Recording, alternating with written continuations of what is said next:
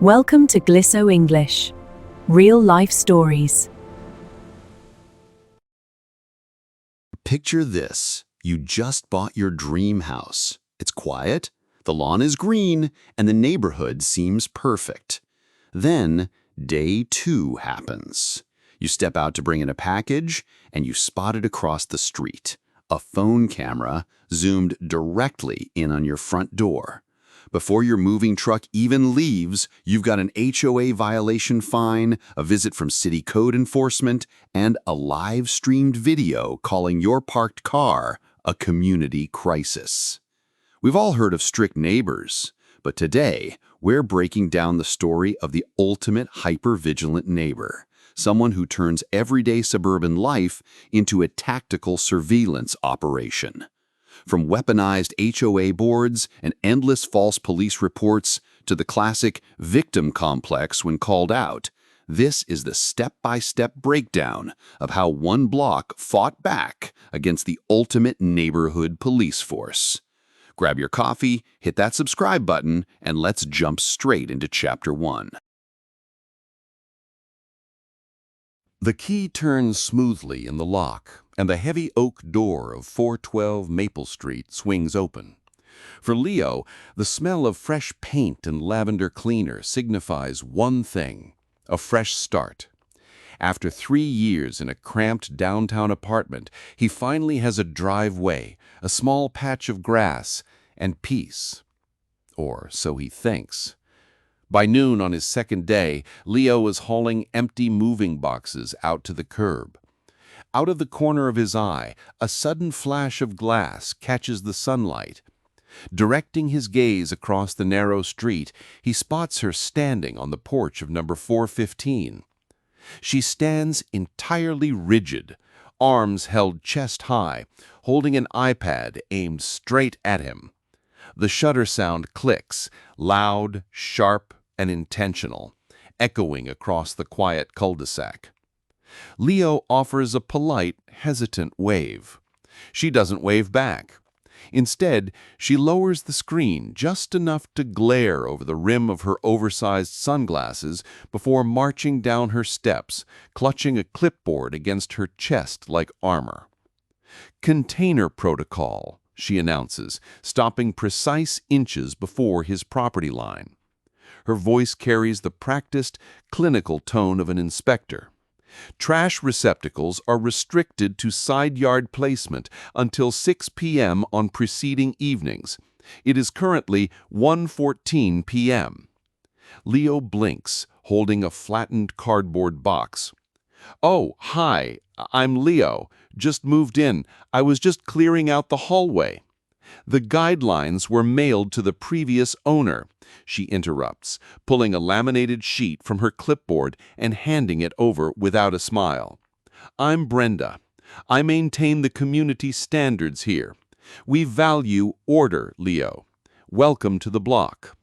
She turns on her heel, leaving him standing in the driveway with the laminated sheet and the distinctly unsettling feeling that he is already being watched.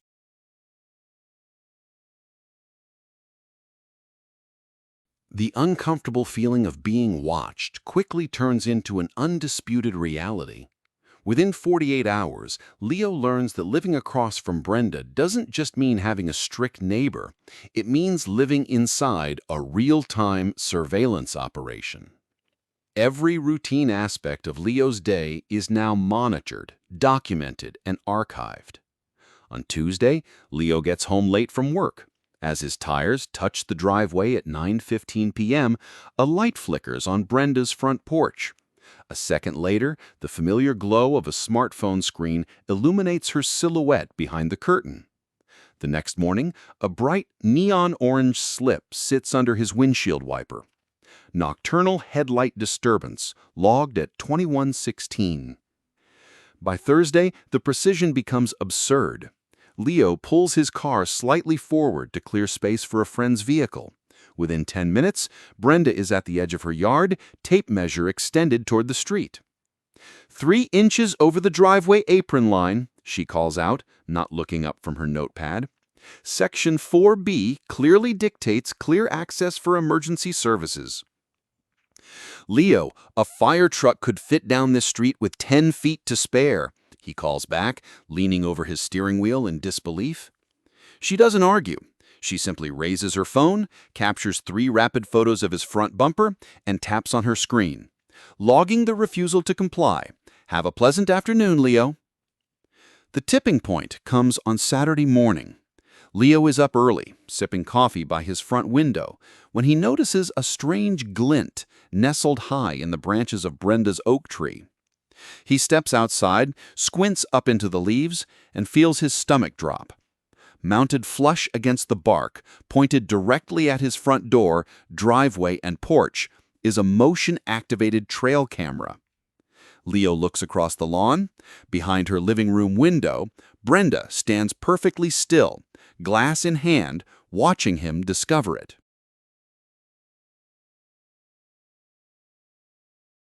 It doesn't take long for Leo to realize the cameras are only the gathering phase. The real operations happen online. On Monday evening, a text from a friendly neighbor down the street alerts Leo to a link on Nextdoor, the neighborhood's primary social feed. Intrigued and increasingly uneasy, Leo creates an account. What he finds leaves him speechless. Brenda isn't just a hyper-vigilant neighbor. She is the self-appointed media mogul of the Whispering Pines digital network. She moderates the local Nextdoor page, runs the community Facebook group, and maintains a private digital log titled Neighborhood Safety Watch and Protocol Integrity. Leo scrolls through the feed. Nestled between posts about lost cats and local plumber recommendations are high-definition video clips, screen grabs, and time-stamped photos, almost entirely starring him. Brenda has turned mundane daily life into a thriller series. A 15-second clip of a delivery driver leaving a box on Leo's porch is captioned, "Unidentified individual foot patrol, unvetted entry at 14:02. Stay alert." A picture of Leo taking his trash out in sweatpants and a t-shirt carries the warning, "Decline in front-facing estate presentation, property values at risk." The comment section under her posts is a toxic echo chamber. Brenda's dramatic framing has whipped a handful of gullible residents into a frenzy of digital paranoia. "Who is this guy?" one comment reads. "Why so many late-night packages?" adds another. Leo sits in the dim light of his living room, staring at his laptop. She isn't just filing reports with local officials anymore. Brenda is curating a narrative, turning his fresh start into a neighborhood crime drama and framing him as the villain. By Friday afternoon, Brenda's digital campaign spills back out onto the asphalt. A large box truck turns onto Maple Street, slowing to a stop in front of Leo's house. It's the delivery crew bringing his new sectional sofa. The driver deploys the rear ramp and parks parallel to the curb, his hazard lights blinking steadily as he prepares to unload. Leo walks out to greet the crew, but before the driver can step off the liftgate, a sharp screech of tires cuts through the quiet afternoon air. Brenda's silver SUV pulls up, cutting diagonally across the street to block the delivery truck from the front. She slams her door, phone already mounted on a handheld stabilizer stick, live streaming directly to her social media page. "We are currently experiencing an unauthorized commercial blockade on Maple Street," Brenda announces loudly to her screen, marching right up to the driver's side window. "Unvetted freight operations operating without a residential permit." "Ma'am, I'm just dropping off a couch," the driver says, bewildered, backing up a step. "You are obstructing a public thoroughfare and creating an immediate traffic hazard." Brenda steps directly into the gap between the truck's ramp and Leo's driveway, crossing her arms and holding her ground. "I am broadcasting this directly to the Municipal Traffic Board. This street is closed to commercial interference until official review." "Brenda, move out of the way," Leo snaps, stepping between her and the driver. "They're doing their job. It's going to take 10 minutes." "I am exercising my civil duty to maintain order," she yells, pointing her camera straight into Leo's face. "Notice the aggression, viewers, refusal to comply with basic public safety." Leo looks down the block. A few curtains twitch. A couple stands in a nearby driveway watching the scene unfold. No one steps in. The neighborhood is completely paralyzed, too terrified of Brenda's retaliatory reporting to say a word. Leo stands alone on the hot pavement, realizing just how deep her grip on the block really goes.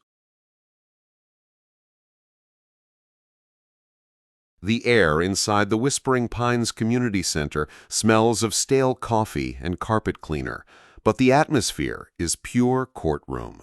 Leo sits at a long folding table facing the 5-member HOA board. To his right sits Brenda, wearing a crisp blazer and flanked by a towering stack of manila folders. "Item 4C, announces the HOA president, tapping his gavel with weary resignation. "Alleged persistent decorum and access violations at 412 Maple Street." Brenda stands up with practiced composure. She adjusts a small remote control, dimming the fluorescent lights as a portable projector hums to life, splashing a high-definition slideshow across the white wall. "Members of the board," Brenda begins, her voice echoing with rehearsed authority. "Order is not an accident, it is a discipline. Over the past 3 weeks, resident Leo Miller has demonstrated a chronic disregard for our community framework." Click. A video plays of Leo's delivery truck from Friday, complete with giant red arrows drawn over the tires, indicating unlawful roadway encroachment. Click. A screen grab shows Leo carrying his trash can out at 1:14 p.m., stamped with a red digital clock. Click. A high-angled trail camera shot shows his porch light turning on at 9:15 p.m., labeled Luminescence Disturbance. "Brenda, this is ridiculous," Leo interrupts, standing up and holding up a folder of his own. "She's mounted cameras pointed at my front door. She blocked a delivery driver. These aren't violations. This is targeted harassment." The board president clears his throat, eyeing the projected slides.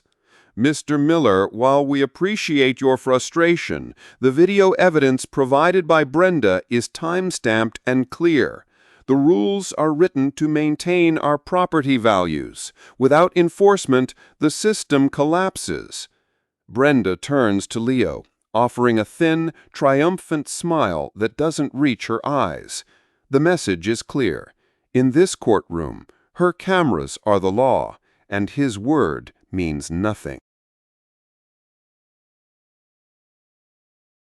The heavy oak door of the community center swings closed behind Leo, muffling the sound of the HOA board rubber stamping his fines. He walks down the concrete steps into the cool evening air, running a hand through his hair in defeat. "She used the classic 3-slide opener, didn't she?" Leo turns. Standing near the edge of the parking lot is a middle-aged man with graying hair and dark circles under his eyes, leaning against a dark sedan. "I'm Marcus," the man says, stepping forward and extending a hand. 408 Maple, 2 doors down from you." "Leo," he replies, shaking it. "Let me guess, you've been down this road." Marcus chuckles without humor, reaching into his back seat and pulling out a thick, black 3-ring binder overflowing with color-coded tabs. 5 years ago, she tried to find me into oblivion because my back deck was painted warm beige instead of desert sand. I fought her on the rules, lost $3,000 in legal fees, and nearly lost my mind." Leo looks at the mountain of paper. How does she get away with it? The board just takes her word as gospel. "Because you're playing her game on her field," Marcus says, dropping the binder onto the hood of his car with a heavy thud. "You're trying to argue common sense and parking rules. Brenda doesn't care about rules. She cares about control. But here's her weakness. She thinks her phone makes her invincible." Marcus opens the binder, revealing printed state wiretapping laws, city zoning codes, and privacy statutes. She spends so much time hunting for your tiny infractions that she completely ignores the massive legal line she's crossing to get the footage. You want to beat Brenda? Stop defending your parking. Start auditing her surveillance. Saturday evening is quiet. Leo has invited Marcus and 2 other neighbors over for a small, low-key dinner on his back patio. Soft amber string lights illuminate the table, and background jazz plays at a volume barely louder than a whisper. At 8:30 p.m., red and blue strobe lights wash across Leo's living room walls. Leo opens his front door to find 2 uniformed police officers standing on his porch. Right behind them, on the sidewalk, holding her phone aloft like a torch, stands Brenda, filming the entire encounter with rapid-fire commentary. "Good evening, sir," the lead officer says, his voice flat with heavy fatigue. "We received a complaint regarding a large-scale unpermitted gathering, illegal street parking, and severe noise pollution." "Noise pollution?" Marcus calls out, stepping up behind Leo with a measuring tape and a smartphone open to a decibel meter app. "Officer, we're 4 people sitting in a backyard. Our decibel reader is hovering at 42, the sound of a library." The second officer glances at Brenda, whose camera lens is practically pressed against his badge. "Ma'am, we've asked you before not to record officer interactions from 3 feet away. Please step back to your property line." "I am documenting public safety responses on a public street. This home is operating an illegal venue. Check their IDs." The lead officer sighs, rubbing the bridge of his nose. He turns to Leo. "Look, Mr. Miller, you aren't breaking any noise or parking ordinances, but I have to take a report because she called 911. "Actually, officer," Leo says calmly, pulling a form from his back pocket, "since you're here, I'd like to lodge a formal complaint for abuse of emergency dispatch and ongoing harassment. This is the 3rd time this month." The officer looks from the paper in Leo's hand to Brenda's glaring screen, his jaw tightening. "Understood, sir. Let's get that logged right now." Across the grass, Brenda's phone hand visibly trembles, her weapon turned back on her for the very first time. By Tuesday, Brenda's trail camera is still high in her oak tree, its black lens gleaming through the leaves. But Leo and Marcus are no longer playing defense. They are launching Operation Angle. Rather than confronting Brenda or attempting to disable her equipment, which would give her the legal upper hand, they decide to use her own obsession with HOA rules against her. At 8 a.m., a landscaping truck pulls up to Leo's house. Over the next 4 hours, Leo installs 3 massive, perfectly legal potted Japanese maples along his front property line. Each tree sits exactly 2 inches inside his boundary, fully compliant with HOA Code 12B regarding decorative flora. The tall, dense red foliage creates a complete visual shield, perfectly blocking Brenda's trail camera from seeing his driveway. Across the street, Brenda rushes out to her porch, holding her phone up at absurd angles, desperately trying to find a gap in the leaves. "You can't obstruct line of sight," she yells across the lawn, her voice tight with rising panic. "It's a neighborhood safety hazard." HOA Section 12A permits residential foliage up to 8 feet, just improving the estate presentation, Brenda. Next comes Marcus's contribution. Along the inner edge of Leo's porch, they hang heavy-duty, highly reflective outdoor solar mirrors designed to bounce sunlight back toward Brenda's house. Whenever Brenda tries to film from her front window, the intense, targeted glare completely blows out her camera sensor, rendering her high-definition footage a useless white blur. For 3 days, Brenda is rendered blind. Deprived of her daily stream of evidence and losing her grip on the block, her rigid composure begins to crack. She paces her driveway at night, phone clutched in her hand, searching desperately for a new angle. The desperation takes over on Thursday night. At 11:45 p.m., the street is dead silent. Deprived of her sightlines and manic for new footage to present at the upcoming city council meeting, Brenda breaks her ultimate rule. She bypasses her own porch, quietly steps off her driveway, and slips across the dark asphalt. Dressed in dark clothes and clutching her phone like a weapon, she creeps onto Leo's lawn. She moves along the side of his garage, carefully dodging the thick leaves of the Japanese maples. Keeping low, she edges up to Leo's side living room window, raising her phone to capture whatever she can through the gap in the blinds. She takes 2 steps closer, straight onto Leo's newly installed pristine flower bed, and hears a soft mechanical click. A bright, high-powered floodlight instantly floods the side yard in blinding white light. Brenda gasps, throwing her hands up to cover her face, her phone tumbling into the mulch. Directly above her, mounted discreetly beneath the roof eave, sits a brand-new 4K security camera, facing purely inward, legally positioned entirely on Leo's private property, and equipped with ultra-wide night vision. Leo steps out from around the corner of the house, holding a small tablet that displays the live, high-definition feed of Brenda standing red-handed in his garden, frozen like a deer in headlights. "Got it," Leo says quietly. You set a trap," Brenda stammers, scrambling to grab her dropped phone, her voice shaking with uncharacteristic panic. "This is entrapment. You were baiting me." "No, Brenda," Leo replies, holding up the tablet screen showing her crisp, time-stamped face stepping onto my property. "You trespassed at midnight and filmed into my private windows. That's not an HOA violation. That's a felony."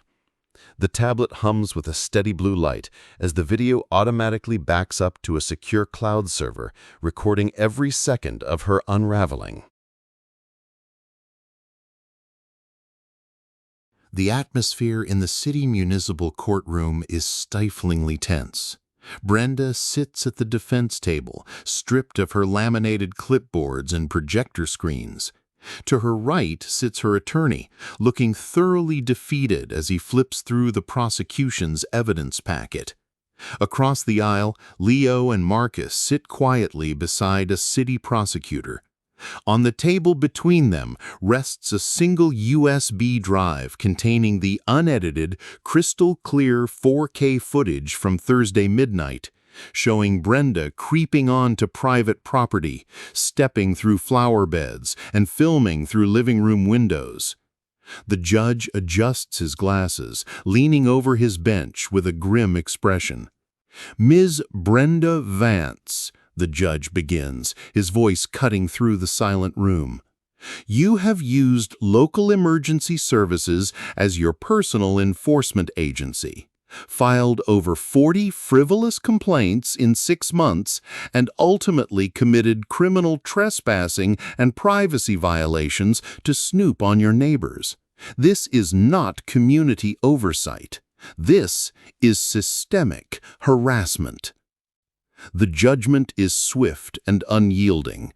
Brenda receives a formal restraining order mandating a 50-foot buffer from Leo's property line, 2 years of court probation, and a heavy civil fine. Within 48 hours, the HOA board, scrambling to protect itself from a negligence lawsuit, strips Brenda of all moderation privileges and dissolves her safety committee. 2 weeks later, Saturday morning arrives bright and warm. Leo steps out onto his front porch, breathing in the fresh air. Across the street, the black trail camera is gone from the oak tree, leaving behind only a small patch of raw bark. Marcus walks by on the sidewalk, offering a relaxed wave. A delivery truck turns onto Maple Street, dropping off a package at a house down the block without a single screeching tire or live-streamed altercation. Leo grabs his trash cans and rolls them down to the curb, a full 3 hours early. He pauses, looking across the street at number 415. Behind the second-floor window, a vertical blind twitches. For a split second, a silhouette appears, hesitates, and then slowly pulls the blinds completely shut. Leo smiles, steps back onto his porch, and enjoys the quiet. And that is how you turn the tables on the ultimate neighborhood police force. No screaming matches, no petty revenge, just knowing the law, protecting your peace, and letting the camera roll when it counts most. If you've ever had to deal with a hyper-vigilant neighbor, a rogue HOA, or someone who thinks they own the entire block, let me know your wildest stories down in the comments below. I read every single one. Don't forget, you can find the vocabulary of the story down below in the description box. If you enjoyed this breakdown, slam that like button. It really helps the algorithm. And hit subscribe with notifications turned on so you never miss our next story breakdown. Want another crazy story? Click the video right here on your screen to keep watching. Thanks for hanging out. Stay safe and keep your blinds drawn. See you next time. Goodbye.